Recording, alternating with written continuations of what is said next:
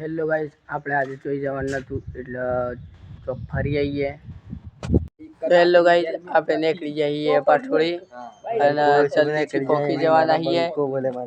જલ્દી પહોંચી જવાના છીએ આપણે પાછોડી. ચમકા આજે તો આપણી સ્પ્લેન્ડર પર બેસી જઈએ. દીદી માર કાકો મસાલો બનાવી જોઈ લો તમે. અને ફાઇનલી આપણે નીકળી જઈએ. તો આગળ જઈને વિડીયો સ્ટાર્ટ કરીએ. હમણાં થોડી વાર બ્રેક મારીએ.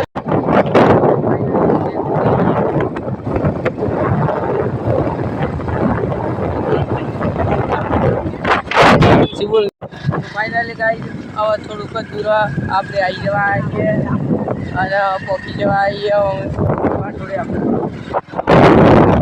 તો ગાઈસ, તમે રસ્તો જોઈ શકો છો. આ રસ્તો જો અમે પડી ગયા તો અમારે તો આટકો બાદ જવાનો અહીં. તમે જોઈ શકો મિત્રો, આ રસ્તો એકદમ ખતરનાક છે.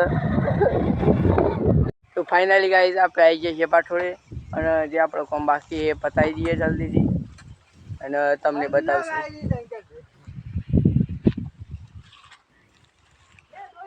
પોણી વાળા છે જોઈ લો તમે.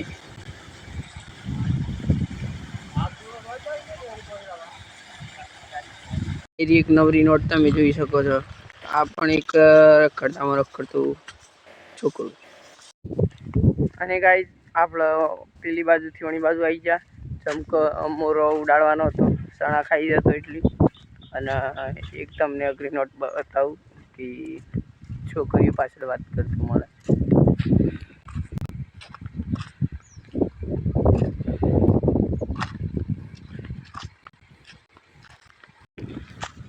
અને ગાઈસ, લાઈક સબસ્ક્રાઈબ કોમેન્ટ કરતા જજો અને 1K સબસ્ક્રાઈબ કરાવી દેજો જલ્દીથી અને આવું સપોર્ટ કરતા રહેજો મિત્રો. અમે ઓણી બાજુ જોયું ત્યાં તો ઓણી બાજુ મોટર ચાલુ હતી, તમે જોઈ શકો છો. બે મગુ મોટર ચાલુ છે એટલે જલ્દીથી પાણી ખેતરમાં પી જાય એના માટે તમે જોઈ લો.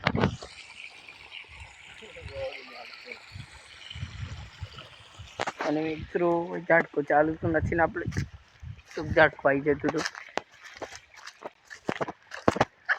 અને ઓણી બાજુની તો નવસારી છે એટલે આપણે અંદર તો જવાય નહીં.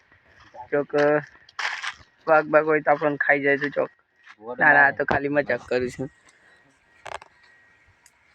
અને મિત્રો, આ આપણું ધાબુ છે. ખેતરમાં પણ એક ધાબુ કરેલું છે, તમે જોઈ લો. આપણું ધાબુ કોઈ રહેતું નથી પણ તો પણ આપણે કોઈ વખતે પાક અંદર મેલું હોય, ચોમાસાની સિઝનમાં વરસાદ ચાલુ હોય ને પાક અંદર મેલું હોય તો કામ આવે એટલા માટે બનાવેલું છે. દાદાઓનું બનાવેલું છે એટલે જૂનું છે. અને તમારે બતાવવું હોય છે નજારો કેવો લાગે ધાબા ઉપરથી જોઈ લો મિત્રો. આ ખેતરનો કંઈક આવો નજારો આવે.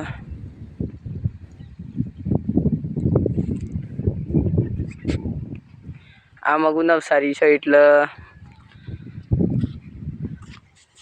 અને હા મિત્રો, આપણે આટલો વગ આજના માટે રાખીએ છીએ. તો મળીશું નેક્સ્ટ વ્લોગમાં. તો આટલા પૂરો કરીએ. જય માતાજી મિત્રો. લાઈક કમેન્ટ શેર કરતા જજો.